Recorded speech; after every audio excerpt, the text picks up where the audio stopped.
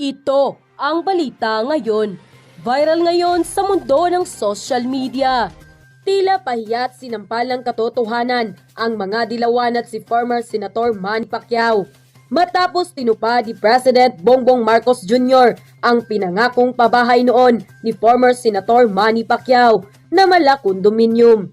Pangulo, hindi binigo ang mga tao kahit hindi ito ang kanyang bukang bibig nung kasagsagan pa ng eleksyon. Pero bago natin simulan ang balitang ito, ay huwag kalimutang i-like ang video at mag-subscribe at i-click ang notification bell para mas maging updated ka palalo sa lahat pa ng bagong videos na i-upload namin.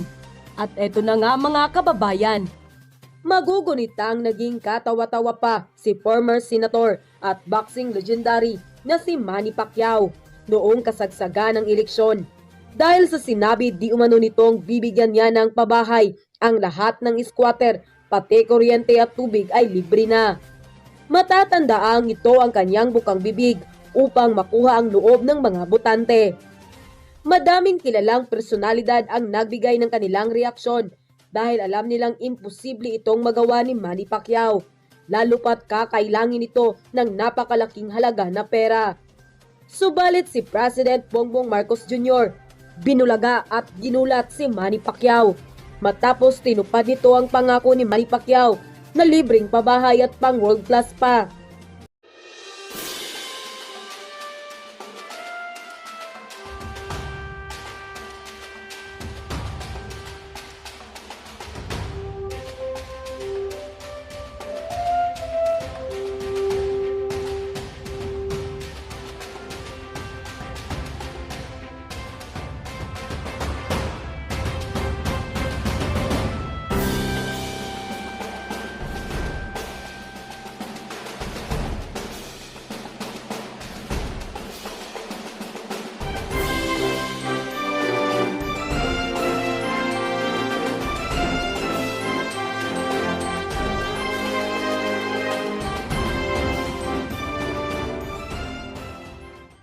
What we are witnessing today is only the beginning of one of the largest projects under the government's flagship housing program. Slowly but surely, we will be able to achieve our greatest aspirations for the nation, including the dream for a decent and affordable housing for every Filipino family. The government is committed to secure the needed housing interest support for 2023. I now call on Congress for your support, including housing interest support, as part of the regular appropriations for the succeeding years. I also remind everyone in the DSSUD, the LGUs, all stakeholders, that we must continue to demonstrate transparency and honesty in all our transactions, keeping in mind the need to ensure the timely completion of the housing projects. Maraming pong salamat sa inyong lahat at magandang umaga po sa inyo.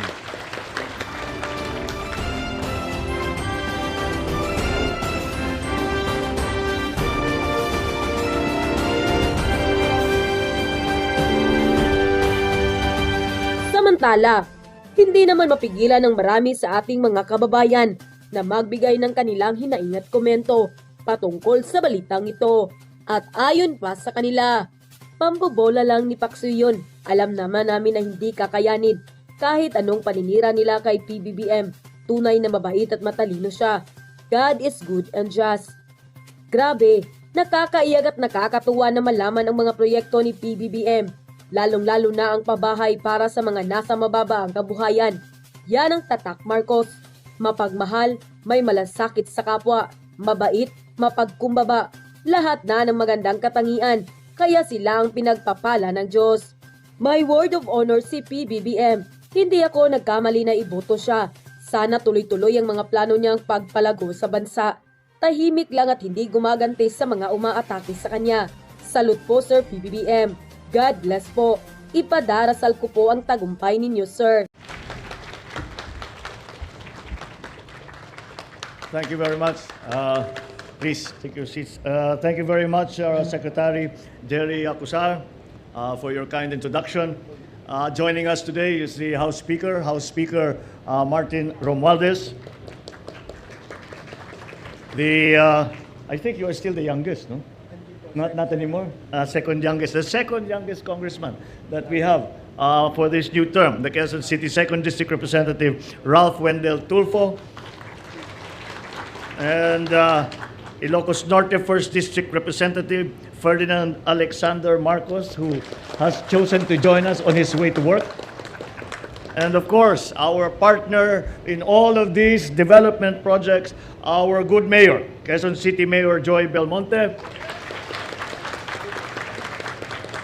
My fellow workers in government, other distinguished guests, ladies and gentlemen, magandang umaga po sa inyong lahat.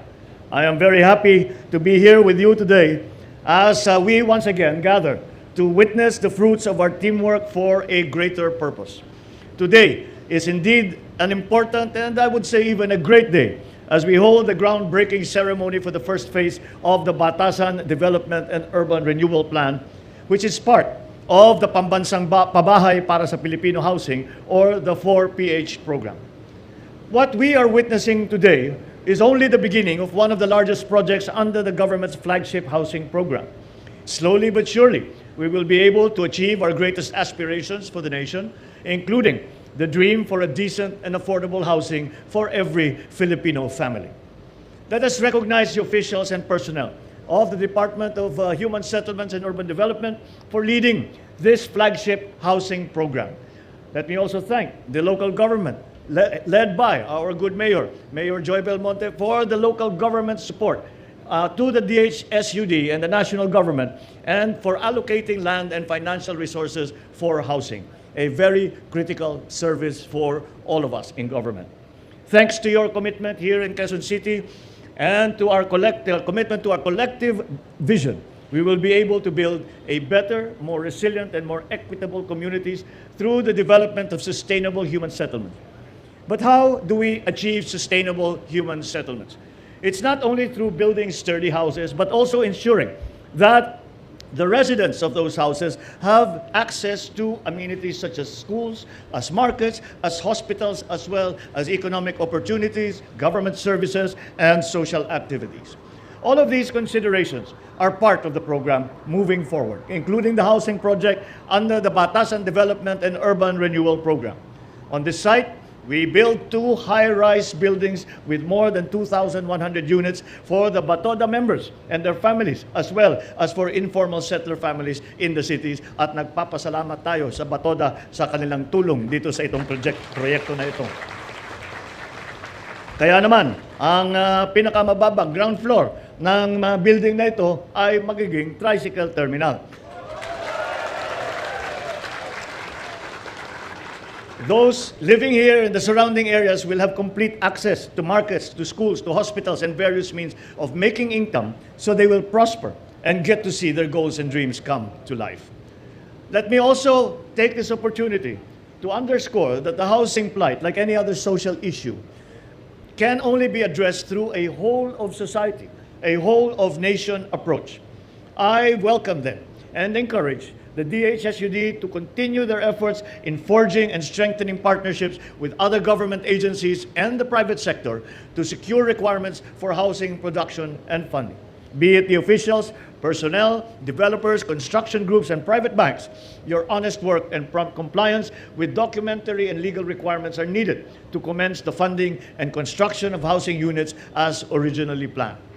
The local government's role in particular is crucial in ensuring the success of all of these projects, especially in identifying suitable lands for housing, selecting the qualified beneficiaries, and securing sustainability and livability for our people for the future years to come.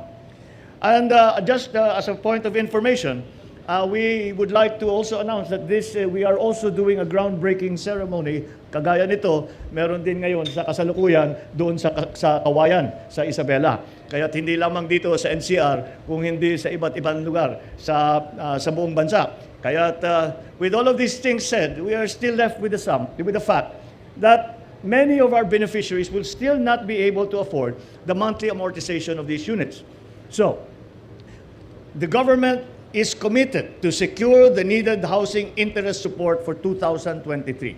I now call, kaya nandito, tiniyak namin nandito si Speaker, dahil I now call on Congress for your support, including housing interest support, as part of the regular appropriations for the succeeding years. Bukod pa ron, pinag-aaralan namin ni Secretary Jerry Acusar ang pagtatayo ng subsidy fund para dito sa ating housing program. At siguro maglalagay tayo diyan, siguro pag nakahanap tayo ng pera, mga 1 billion siguro to start with, para meron tayong subsidy na may bibigay para sa ating mga magiging tenant. Time and again, in every undertaking, we are reminded of the commitment, the collaboration, and compassion that is needed to be able to truly prioritize the welfare and the interests of our people. I also remind everyone in the DSSUD, the LGUs, all stakeholders, that we must continue to demonstrate transparency and honesty in all our transactions, keeping in mind the need to ensure the timely completion of the housing projects. Let us also be reminded that more than the building of grand and massive structures, our goal is to secure the welfare and the best interests of the Filipino people. Let our countrymen and the future generations, therefore, be at the center of every government action.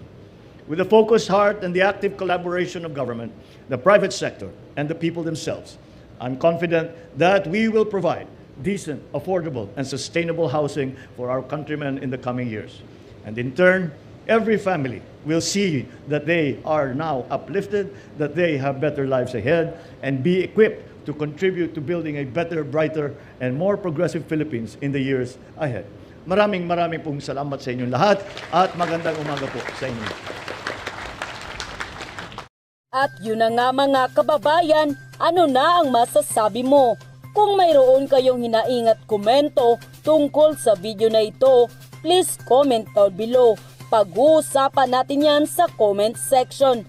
At kung nagustuhan nyo ang video, ay huwag kalimutang mag-iwan ng like at i-share na din para mas marami pang makaalam sa makabuluhang video na ito. Maraming salamat.